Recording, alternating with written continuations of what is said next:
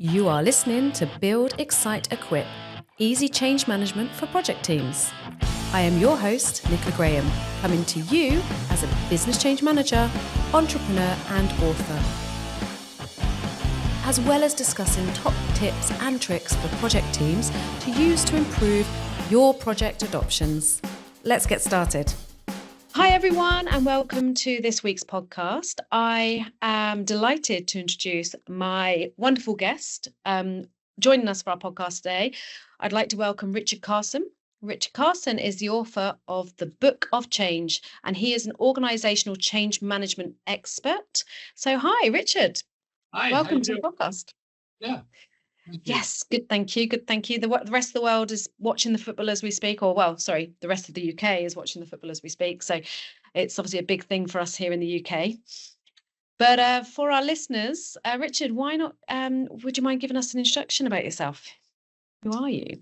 Well, I worked for about 30 years as a manager in urban planning.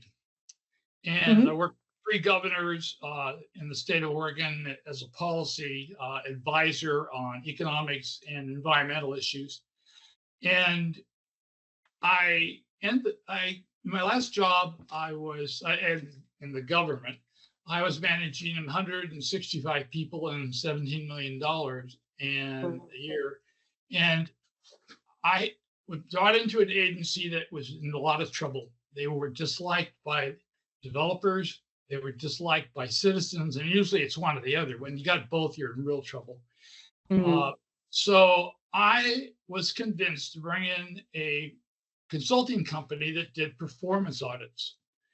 And I thought it was a good idea because if I did it at the beginning of my tenure, it would be to my credit. If I did it later in my tenure, I might get fired.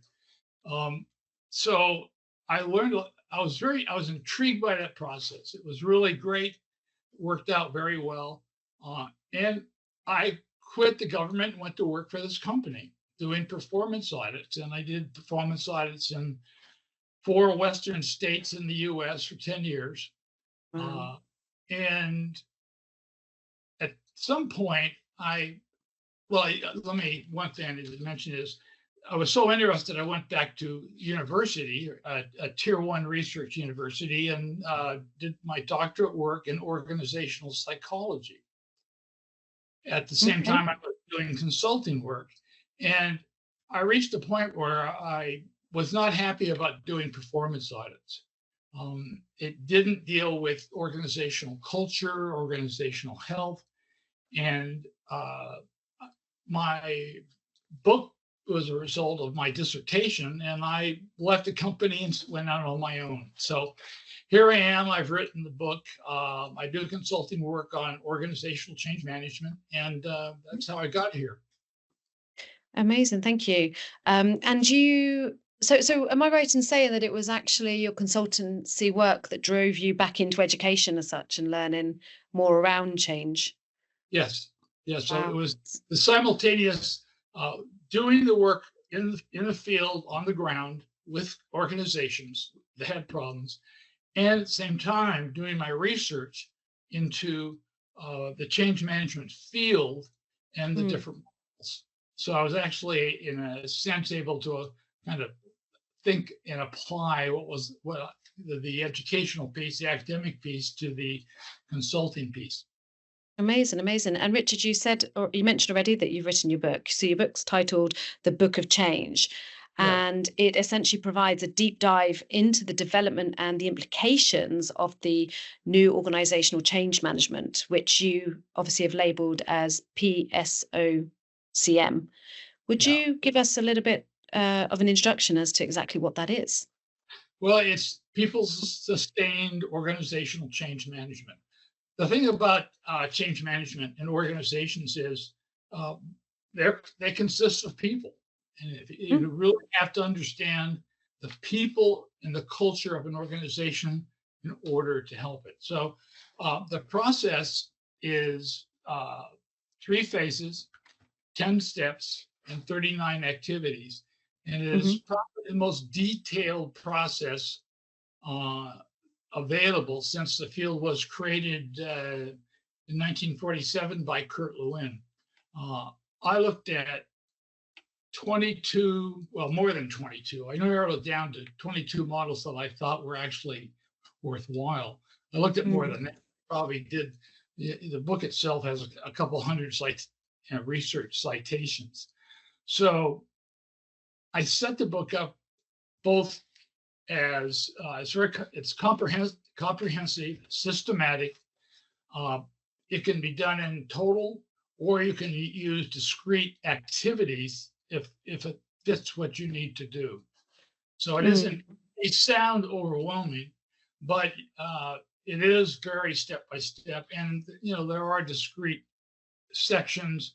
I provide a lot of information where I did research on each individual step. Yeah. Okay. And maybe actually that was going to come on to one of my questions for you to start with, because actually I obviously I had the delight of reading your book, and I managed to look through and notice that you'd referred through the history of the different kind of models that have been developed as change management models in the past. And I guess one of my questions, and you may have touched on it a little bit already, but would you be able to elaborate exactly what makes PSOCM distinct from those other models? Because obviously there are quite a few through the centuries now, and I'm curious to understand. Sorry, I'm curious to understand like how you're addressing the complexities of modern organizations, really. Well, a great deal of models are like kind of 3 to 5 phases, and very general, very generic, and in some cases almost metaphysical. And what I did was take it down as a consultant, as a practitioner, and an academic. I actually kind of lived the steps. So I know what works, I know what doesn't work, I know what the problems are. I did learn a lot from the different models. I mean, I'm not beneath taking somebody's ideas. It's like Newton said, he built on the shoulders of giants. So yes, yeah. And I went out and I talked to a lot of folks who were in the field, written books, academics and consultants, and applied that to my own process. But I do think it is probably not only the most contemporary, but the most detailed of any of the models I've seen. I haven't seen any models that break it down into 39 activities and explain the activities in great detail. In other words, it doesn't just say you need to do quality, total quality management. It goes into how that works in your organization. Yeah, absolutely. And also you mentioned that previous method models that you've gone on or you've reviewed as part of this in the past, they've obviously applied quite a methodological approach to things. And you've also pointed out to our listeners already that you've lived through this, right? So you were an absolute expert, and you've lived through your own PSOCM. I'm curious to understand if you have like a specific case study or an example where you've used the PSOCM, I'm going to get the acronym right, and how it's successfully implemented. What were the challenges you faced, and how did you overcome these using your model? When you come into an organization to talk about change, there's a great deal of fear. And everybody's reaction is always, well, we always did it this way. This way, yeah. We always did it this way. And it's always, why the worst words said in business. It's always been done this way. Why do we need to change? And the answer is always, well, because you won't be around here too long if you don't. That's the blunt side of it. And I try to, in this case, I try to get them to buy into it, like, basically creating a working committee with the leadership who I talk to on a constant basis, and who their job is to deliver the message back to the troops, and and try to do it in a way that is not going to scare the hell out of them. In this particular case, The problem was the manager. He was a micromanager. He came up with the idea that his troops, his individual employees, should document their time in 15-minute increments. So these people spent their days documenting. They spent as much time documenting what they were doing as doing it. And that, so that level of control was really, really negative. And, at the end of the day, he basically needed to stop being a micromanager. And unfortunately, you can't change an organization. You can't change people. Yeah, very true. They are the way they are. It's rare that a person can embrace change and say, I'm part of the problem, so I need to be part of the solution. People can't do it. Encourage them though. You can definitely encourage them to change. Is my feelings towards it. You can put steps in place, right, to help them change. But in this case, the organization wanted to change. Even some of the managers wanted to change because they thought that the way they were being treated was terrible, and they were right. So in that case, overcoming change was actually a lot easier because there was a kind of groundswell of people who bought into the process because they wanted the change. That isn't always so. Sometimes you go into an organization and it's that way. We've always done it this way is from top to bottom. So how was your model? How did you use your model to overcome that? Well, I went through each of the steps. Let me grab something real quick here. The first step is basically identifying the problem, scoping out the problem. You start at the top and try to and develop a communication plan. The key is letting people know what's going to happen to diffuse fear. So what are you going to do? How are you going to do it? And what are the positive outcomes?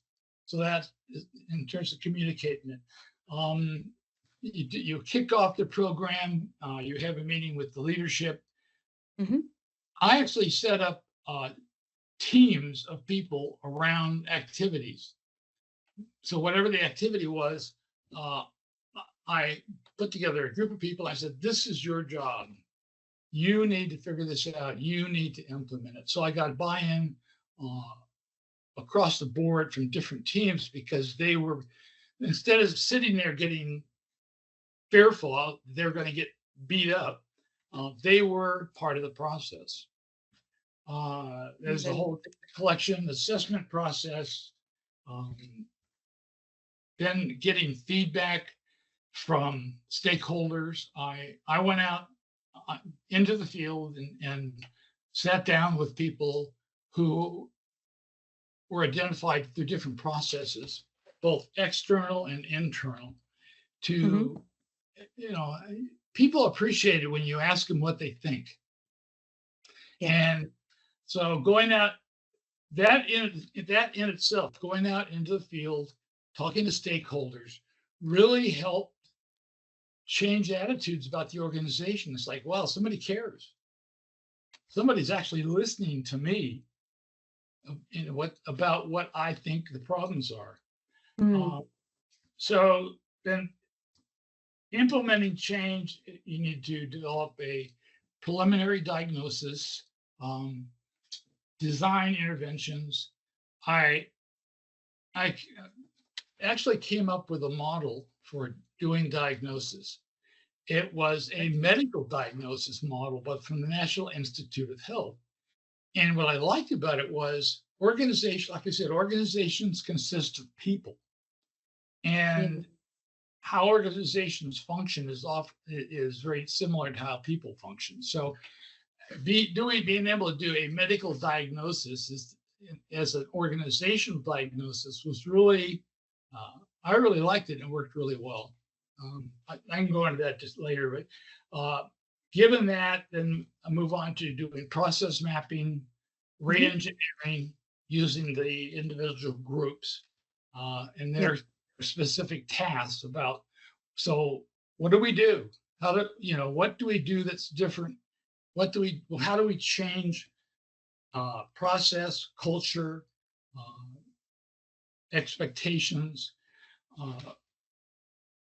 To develop the organizational change management plan, which is both strategic and financial. You need to have resources dedicated to the change. And one of the things that I require is people develop a 5-year strategic plan tied to real budget. In other words, it's not just bull. Good. And it has accountability. So it'll say, we're going to do X, Y, Z on this date with this amount of money, and you are responsible. And here's the resources. Yeah, absolutely. And that's one of the things that, I really enjoyed about your writing, because that's one of the challenges I come across all the time. People don't have the budget or the resource to actually implement good organizational change. And so having that in place and that five-year plan is genius. Shelf documents that they point to and say, "Oh, look, we fixed it," and it doesn't. Yes, bravo. Yeah, no one's accountable. There's no money, and it just goes away.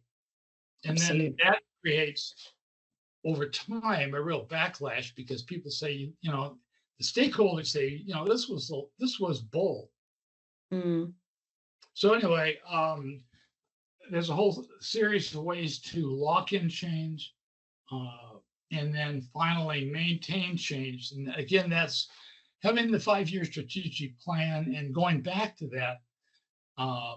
If possible, I like to go back to it, not because I need the money, but because I would like to stay involved in people meeting their benchmarks, meeting their goals. And that's something, again, not only accountability is important, but you have to be very specific about what somebody has to do. How do they know when they've achieved their goal in any particular task? So it has to be detailed to say, you will do this. Here's the resources. Here's the steps.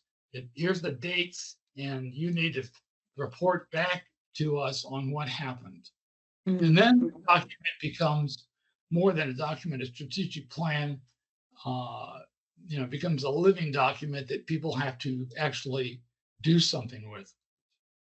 Yeah, absolutely. And talking of leadership, for those who may be listening to today's podcast, and they might actually be quite new to organizational change management, what would be your recommendations for the initial steps that they would need to take when integrating the PSOCM into their processes? Give us some top tips. Where do we start? I mean, the first step is just basically to engage the organization at all levels. So sometimes I'll work with several people because it depends on the size of the organization. But I mean, just to get off on the, let's say, the right foot, you need to engage people at all levels and talk to everybody at all levels. That's really important, because if you don't get, the bottom line is, if you don't get buy-in from the organization, it's a lost cause. If they are so resistant to change that all they can do is say, but we've always done it this way. For as long as I've been here, we've always done it this way. Then you really can't affect change. If the leadership isn't willing to participate, if they're like, I don't want to do this. These people that are the oversight committee hate my guts. They're just trying to get me out of here, or whatever. Then you have a real problem. I mean, it's just you're not going to go anywhere. So engaging people, diffusing the fear factor, encouraging participation is really critical to the later steps. You can't get to the later steps if you don't have that. So step one for leaders is absolutely make sure you get buy-in. Right. Buy-in from everyone, right? Yep. Is there anything else that you feel that they could really do alongside that when integrating organizational change into the processes? What else would you recommend? Well, taking them through the process is part of the buy-in. Explaining how it works, who's going to do what are the outcomes, and basically what I try to do is give them hope. If you do this, you'll be okay. You don't have to be afraid of it. If you embrace it, you follow the steps, then people are going to like you. And the reason I say like you is in the private sector, it's your vendors who are the ones complaining the most. They're the stakeholders. In the public sector, it's people who want permits. It's the citizens the activists that you really need to bring into the process. But anyway. Yeah, no, and that's I guess my takeaway from that is, don't fear it, just do it. Really start that buy-in. You will get there basically. It's nothing to fear. Nothing to fear. Absolutely. Yeah. I think we start to fear that people are going to bite. Well, I mean, change. Greek said that the only one of the constants in the universe is change, and Absolutely. People need to understand that if you look around, change is not only internal, it's existential. So you have things that are occurring like COVID-19 or things that change everything, everybody, or they might be small changes, but people need to understand that it's not something to fear and that it is constant. And that's part of the reason for developing a strategic plan. It's not a static document. Every year you go back to it, you go, what did we do? What did we accomplish? What's working? What's not working? Yeah. What do we change? So one of the things that's key is to appoint a person in the organization who is the keeper of the change. Yeah, it's like the gatekeeper. Not always a popular position, but somebody that needs to walk. And I did this in one organization. There was a woman who walked around on a regular basis and said, "How are you doing? How are you doing meeting your task? You need resources. You're having problems." So there was a kind of ombudsman in the organization who was on the leadership team, and that was her job. So you knew that there was somebody actually. You can't expect the top person to do that. They're too busy day to day running the organization, putting out fires, schmoozing, whatever it is they do. You need somebody else that does that and comes back to that person and the management team and says, this is working great, or we have a problem. Yeah. So that's really key, is having a person that does that, and not the consultant. Having a consultant on board through the process over time is great, but you need somebody inside the organization who does that. Yeah, absolutely. The business as usual element of that is really crucial, right? Because as you pointed out, consultants are consultants for a reason. People will drift back to the old process. Yeah. And I like the it brings back to your point of the 5-year strategic plan as well, because actually that's part of your budget, that's part of your planning. This is a reinforcement after. So actually having that person who will be that champion of change, the person on the ground hearing and speaking the change needs to be part of your budgets, right? They need to be part of your plans. Part of the reason for a 5-year plan is that, especially in government lives year to year, and in the US on kind of 2-year budgets. So if you need to think beyond that, it's like the edge of the earth is 2 years from now. That's all we're going to do is 2 years. You need something beyond that. And if you say, well, we can't do this year. Mm. We don't have the money to do it next year, but we'll do it in year 3 or year 4. And as long as you have a way to get there, to fund it. Yeah, absolutely. No, that's very useful information. I appreciate that.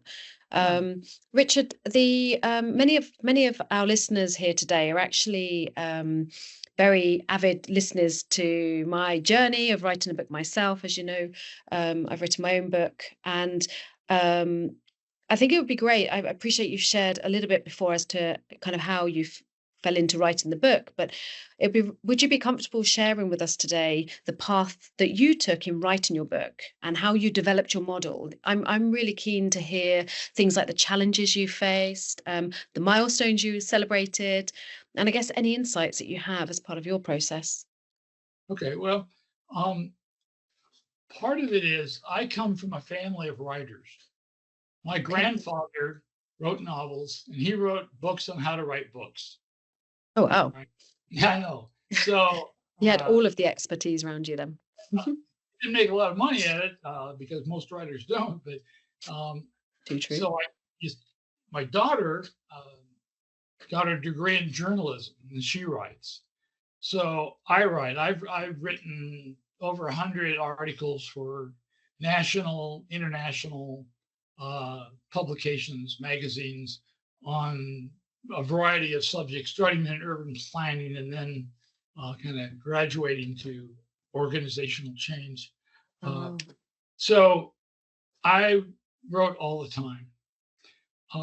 When I first got interested, one of the things that was most frustrating for me was I went into the key consulting and academic side kind of simultaneously. Doing doctorate studies, I met with a lot of resistance. And it was because in academia, either you become a professor or a researcher. And when I said, well, what I want to do with this is, develop a process to use as a consultant. It was like I was the Antichrist. It was like the response was terrible. It's like, a consultant? Oh my God, you want me to do this? So that was very, very difficult. I had a advisor who humored me, so I did get through the process, but my own advisory committee was very difficult because they just couldn't get that I didn't want to be a professor or do research at a tier 1 university, and I wanted to go out and talk to people and help them. That just wasn't in their wheelhouse. I also had a difficult time with my consulting firm that I was working for. They were doing performance audits, which are detailed in the GAO, the Government Accountability Office Yellow Book. And I started basically saying to them, look, we should really transition beyond performance audits.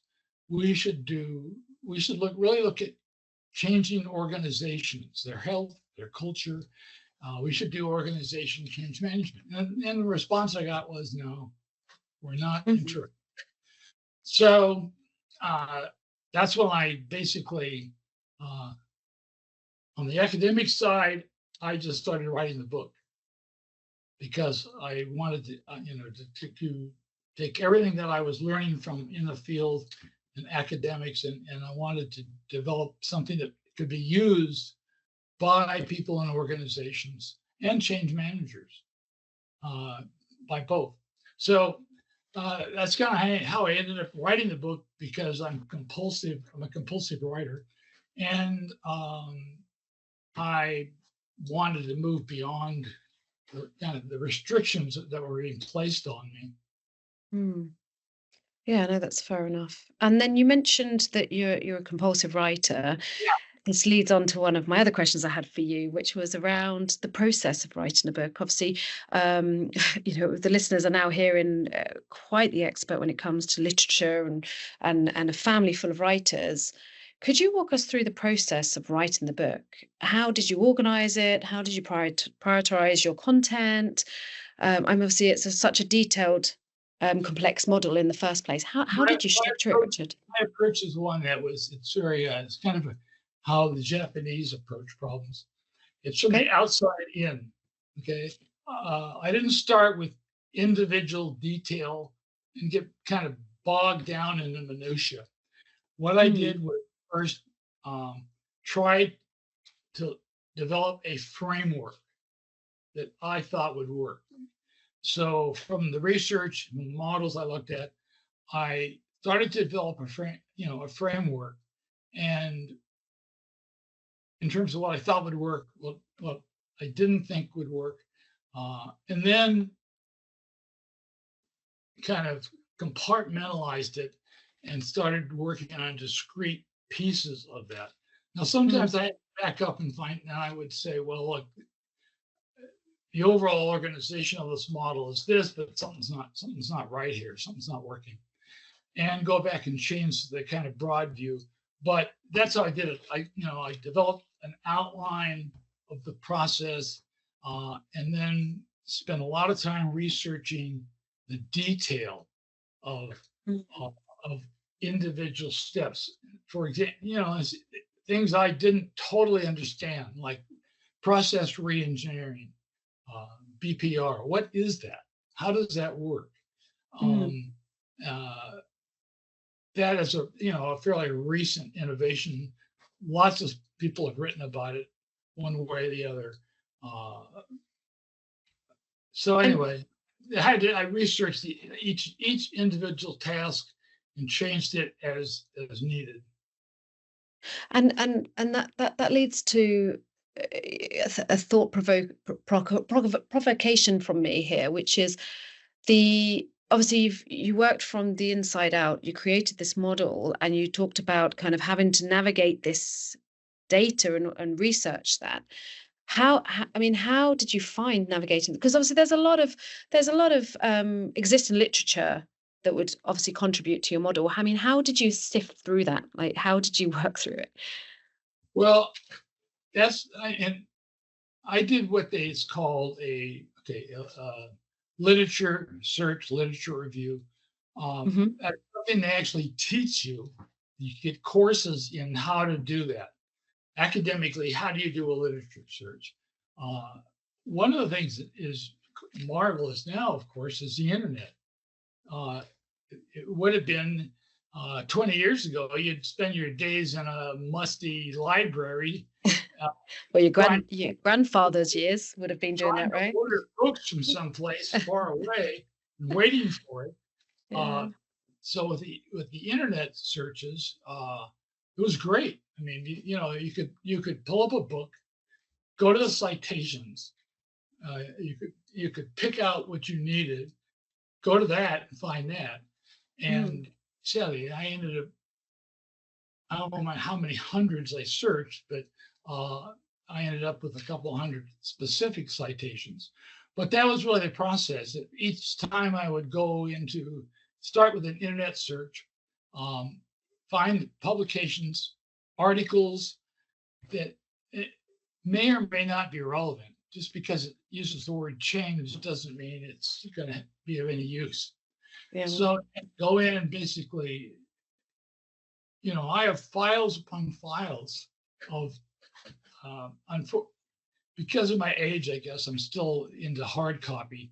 So even though I found this information, I would still do hard copies, print it out, put it in a folder for each task, right? Yeah. And one of the things I've already contemplated is that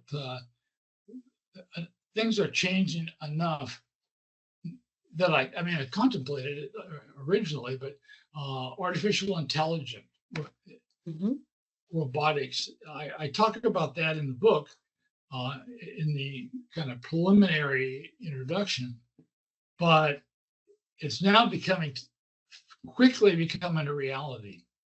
Yeah. And nobody Sure. understands other than the fact, I mean, from it, the consequences of artificial intelligence and robotics. I remember I went on an economic trip I was doing for a governor.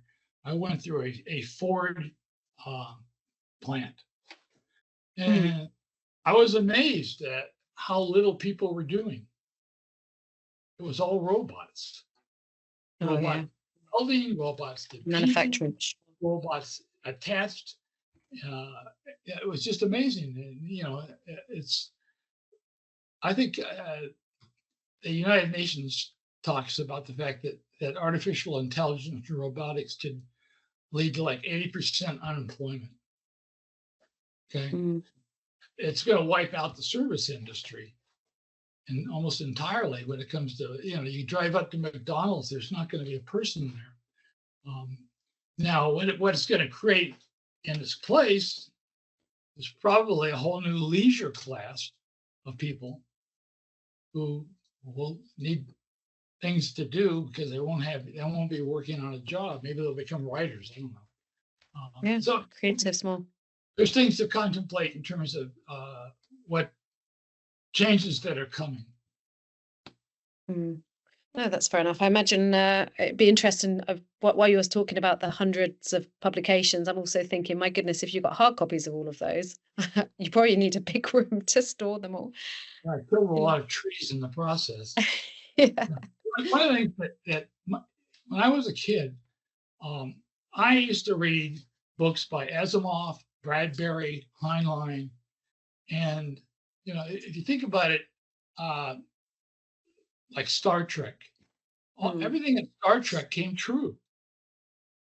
Flip phones, holodecks, I mean, so if a person can imagine it, then somebody's going to try and make it real. And the changes, I mean, you just look at the change of, I think the change accelerates almost at a half-life. You start with the Gutenberg Bible up to a change happens so fast that it's hard to keep up with it. Yeah. It's hard to deal with what the implications of it are. And as you've alluded to already with with this day and age and the technology boom that we're experiencing, it's going at a speed that I don't even think we can begin to fathom. How quickly it's going to change. COVID is a good example. Somebody screwed up and they were dealing with something that they lost control of. Now, if you want to use AI as an analogy to COVID, it's pretty scary. I mean, just because they think they know what they're doing doesn't mean that they do. No, absolutely. A lot of people died from COVID because of basically, it wasn't a natural phenomenon like an earthquake. It's a set of stupid mistakes. So AI is going to be amazing. And that I guess it's a leading question actually, but the something I was curious about your book writing is the revisions and the feedback that you received. And I guess one of them would be, did you use AI as part of your feedback? I mean, how did you incorporate feedback into your writing process? Did you ask peers, mentors to read feedback for you? Because I know for me, it was an interesting turning point in my career when it comes to becoming an author. Well, I didn't use AI. Okay. I didn't use AI. Well, these days you might. You never know. It's coming so rapidly. I loaded Chat GPT on my computer and have tried it. Not to write a book, but just to see how accurate it is. Anyway, so I'm lost the train of thought here in terms of what you were saying. It's more around feedbacks and revisions. So how did you? Well, basically, I reached out to people who were in the field, Okay. academic practitioners, and asked them, you know, I've even reached out to Nicholas Taylor, who are at the Black Swan, asked them about what they thought in terms of change management. And, you know, a lot of the people that were, especially the academics, were very helpful in terms of critiques. Did anyone help change the direction of your book because of their feedback? Not substantially, no. It was, I was comfortable enough with through the research with the model that I didn't really make any changes. Oh, that's good. So I guess how was their reception? One thing Sorry. that in terms of my writing, I try to write at a level that anybody can read it. I try not to use academic terms or you know, I try not to make it too academic. I try to make it that a person who is a manager in an organization can read it, and it's not too metaphysical. It's not too academic. It's in the state of Washington, they actually had an initiative called Plain Speak, where they tried to take government documents through a process and make it so that it was readable at a certain reading level. And I really like that. You know, so it's important that people understand what you're saying and not trying to puff yourself up by you know, using terms that no one understands. Yeah, absolutely. And I think actually that, based on your experience, Richard, would you know, one of them being making sure that it's not too academic or lots of acronyms, what advice would you give to any aspiring authors listening today who want to write a book in the field of organizational change or management? What would be some advice you'd give them? And don't say don't do it. No, you have to live it. Okay. It isn't just that you like the idea and you can write a book about it.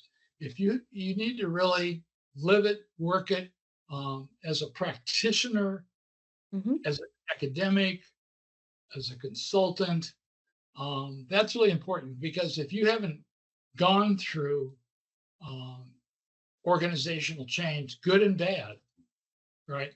And you really don't know what you're talking about, and you don't know how people feel about it. So my suggestion is, you know, get some field experience, even if as a consultant. It's you know, it's hard. The problem is it's a chicken and egg process. You know, how do you become a consultant with no experience?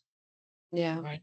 How do you get experience without, you know? So somehow you need to find a way to get both the academic training and the field work as a practitioner. Brilliant. Yeah, no, and I think yeah, that's a valid point. I mean, I'd be very impressed if somebody wrote a book that didn't have experience in what they were writing, to be fair. Unless it was obviously It's fiction. like writing a fiction book where you Yeah. have some novel idea that interests you. But, you know, this is real world, real people, real activities. So you really have to be there and have worked in, whether it's the public sector or the private sector. You have to have worked as a manager in an organization to understand what it's like. Yeah. No, that's fair enough. Brilliant. I think we're just getting to our hour, so I don't want to take up too much of your time, Richard. So I'm going to thank you ever so much for joining us today. Many of our listeners will likely want to reach out to you. I mean, how can they do that? They can How can they find you? an overview of the book. They can get I'll give them a free PDF version of the book. They just go and they can reach me. They just go to bookofchange.com. It's real simple. Perfect. Everything is linked through bookofchange.com. Fabulous, fabulous. And I'll be sure to be putting that in the links to the bio for today.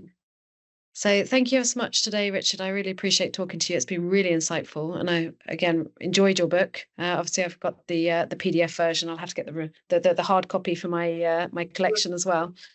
So I wish you all the best in all of your endeavours. And Thanks a lot for having me on. no worries at all. Thank you very much, and thank you for everyone for listening today. Till the next time, have a happy day, have a happy week, and speak to you soon.